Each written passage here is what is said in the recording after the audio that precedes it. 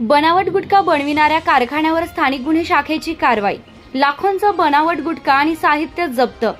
Shrirampur MIDC मध्ये स्थानिक गुन्हे शाखेची कारवाई। बनावट विमल कंपनीचा गुटखा बनविण्याच्या साहित्यासह लाखो रुपयांची मशिनरी आणि कच्चा माल जप्त। स्थानिक गुन्हे शाखेची कारवाई। श्रीरामपूर शहर पोलीस मात्र अनभिज्ञ।